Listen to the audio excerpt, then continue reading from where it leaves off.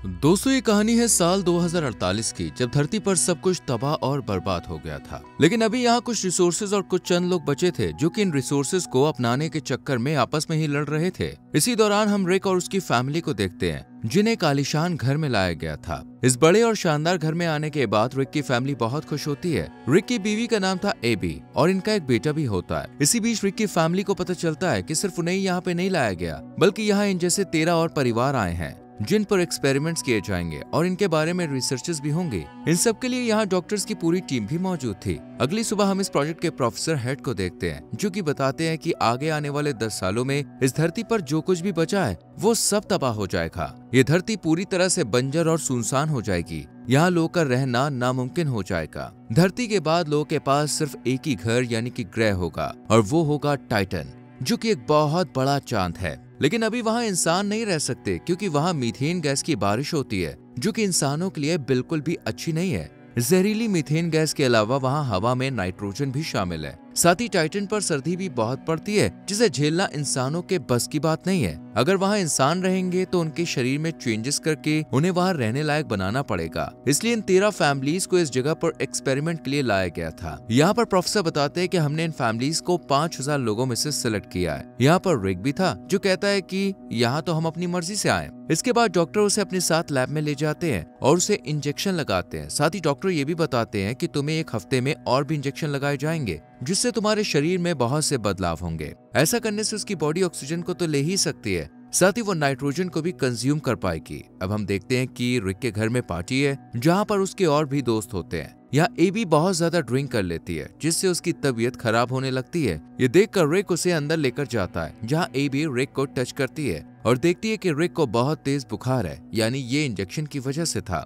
इसके बाद सभी लोग को डॉक्टर से एक पूल के पास लेकर जाते हैं, जहाँ ये इन लोग का टेस्ट करते हैं कि कौन कितने टाइम तक पानी में रह सकता है। कोई भी ज्यादा देर तक पानी में नहीं रह पाता है, और बस आखिर में रिक और एक लड़की 40 मिनट तक पानी में रहती है। लेकिन 40 मिनट के बाद वो भी बाहर आ जाती है। लेकिन अब भी रिक आसानी से पानी में बैठा रहता है। बाहर डॉक्टर्स इसकी हार्ट बीट चेक करते हैं, जो कि बहुत कम हो गई थी। इतने में ही रिक भी पानी से बाहर आ जाता है। रिक सबसे ज्यादा टाइम पानी में बैठा था, इसलिए सब लोग उसके लिए तालियां बजाते हैं। अब सीन शिफ्ट होता है कुछ दिन बाद, जब डॉक्टर्स रिक की सर्जरी कर रहे होते हैं। सर्जरी पूरी होने के बाद रिक अपने घर पर वापस आ जाता है, और हम देखते हैं कि रात में रिक अपने बेड पर नहीं था। एबी ये देखकर उसे बाहर ढूंढने आती है और किचन में क्या देखती है कि रिक अपनी बॉडी पर आइस लगा रहा है। रिक को सर्जरी के बाद बहुत ज्यादा गर्मी लग रही थी, इसलिए एबी उसके लिए बर्फ लेकर आती है और उसके पूरे शरीर पर लगाती है। रिक बताता है कि मेरी बॉडी पर ठंड का कोई असर नहीं पड़ रहा है, यानी डॉक्टर्स के एक्सपेरिमेंट काम कर रहे थे, क्योंकि वो लोगों के शरीर को टाइटन पर रहने के लायक बना रहे थे।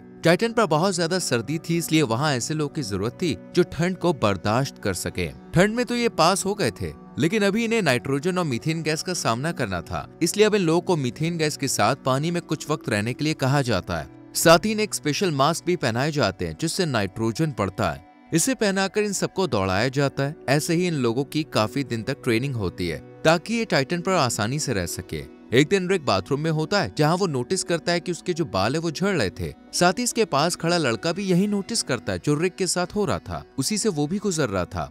ये देखकर सब समझ जाते हैं कि इन सब की वजह एक्सपेरिमेंट्स और वो दवाइयां हैं जो इन्हें टाइटन पर भेजने के लिए दी जा रही थी। इसी बीच एक लड़की की जान चली जाती है, जिस पर इन्हीं की तरह एक्सपेरिमेंट्स हो रहे थे। ये देखकर सबको अपनी फिक्र होने लगती है। रात को सब रिक के घर जमा होते हैं और इस इंसिडेंट पर बात करते हैं। इसी बीच रिक का दोस्त बहुत गुस्सा करने लगता है और अपनी बीवी पर भी अटैक करता है। दरअसल जब से इन पर एक्सपेरिमेंट हो रहा था, तब से ये बहुत गुस्सा करने लगा था।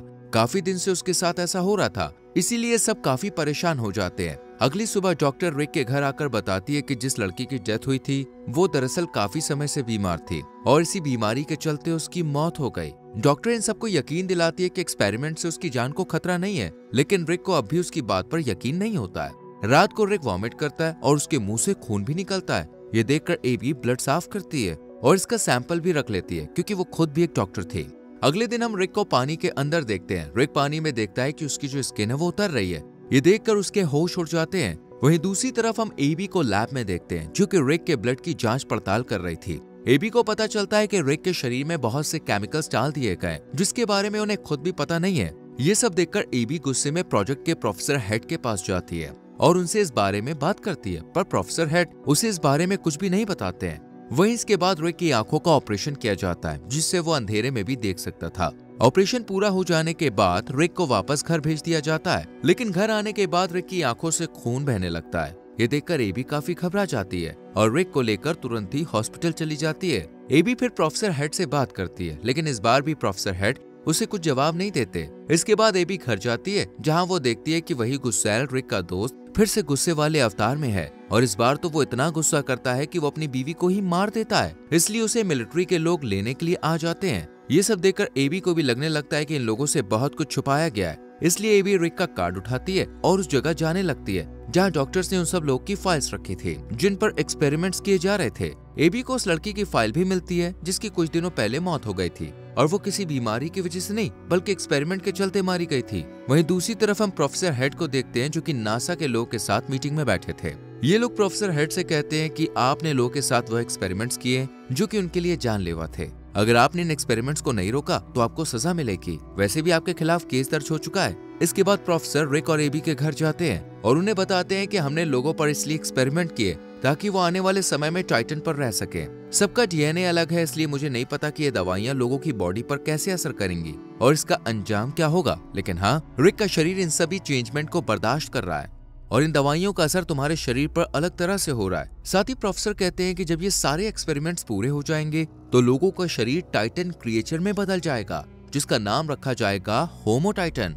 अब क्योंकि सबका शरीर डीएनए अलग अलग है, इसलिए कौन कैसा होगा ये कहना मुश्किल है। ये सब बात सुनकर एबी और रिक काफी परेशान होते हैं, लेकिन रिक काफी आगे आ चुका था, इसलिए फिर से उसकी आंखों की सर्जरी होती है और इस बार वो अंधेरे में भी देख सकता है और पानी में भी काफी देर बैठकर चीजों को महसूस कर सकता है। इसके बाद हम देखते हैं कि रिक और उसकी दोस्त को छोड़कर सभी लोग जिन पर एक्सपेरिमेंट हुए थे वो मारे गए। रिक की बीवी जब लैब में उससे मिलने आती है तो उसके होश उड़ जाते हैं, क्योंकि रिक अब पूरी तरह से बदल चुका था। क्योंकि रिक के ना तो अब कान थे और ना ही सिर पर एक भी बाल। रिक अपनी बीवी और बेटे को देखते ही पहचान लेता है, लेकिन उनसे बात नहीं कर पाता क्योंकि चेंजमेंट की वजह से वो अब सिर्फ धीमी आवाज में ही बात कर सकता था, जिससे आम इंसान के लिए सुनना नामुमकिन था। इसके बाद रिक अपने घर चला जाता है और इसी रात रिक की दोस्त अपने हस्बैंड को भी मार देती है और रिक के पास आ जाती है। इस मर्डर के बारे में जब मिलिट्री को पता चलता है तो वो इन दोनों को यहाँ से ले जाने लगते हैं, क्योंकि ये अब किसी को भी मार सकते थे। लेकिन रिक इनके कब्जे में नहीं आता और इन पर हमला करके यहाँ से भाग जाता है। एबी भी इसके पीछे पीछे आती है। रिक एबी के पास आता है और उसका हाथ पकड़कर उसका माइंड पढ़ने लगता है, क्योंकि इस चेंजमेंट में उसे दिमाग पढ़ने की भी पावर मिली थी। इतने में ही मिलिट्री का हेलीकॉप्टर से पकड़ने आ जाता है और रिक एबी के कहने पर इनके साथ चला जाता है और फिर से उसे लैब में रख दिया जाता है। इसी बीच प्रोफेसर एबी से एक इंजेक्शन उसे लगाने के लिए कहता है ताकि वो पुरानी यादों को भूल जाए और टाइटन पर चला जाए। एबी ना चाहते हुए भी उसे इंजेक्शन लगाती है। हालांकि रिक भी उसे ऐसा करने से मना करता है क्योंकि वो पुरानी यादें नहीं भूलना चाहता था, लेकिन एबी इसे इंजेक्शन लगाकर अपने दोस्त और बेटे के साथ यहाँ से चली जाती है। इसके बाद रिक सभी सोल्जर्स पर हमला करके अपने घर आ जाता है, क्योंकि एबी ने उसे इंजेक्शन लगाया ही नहीं था ताकि वो टाइटन पर ना जा सके।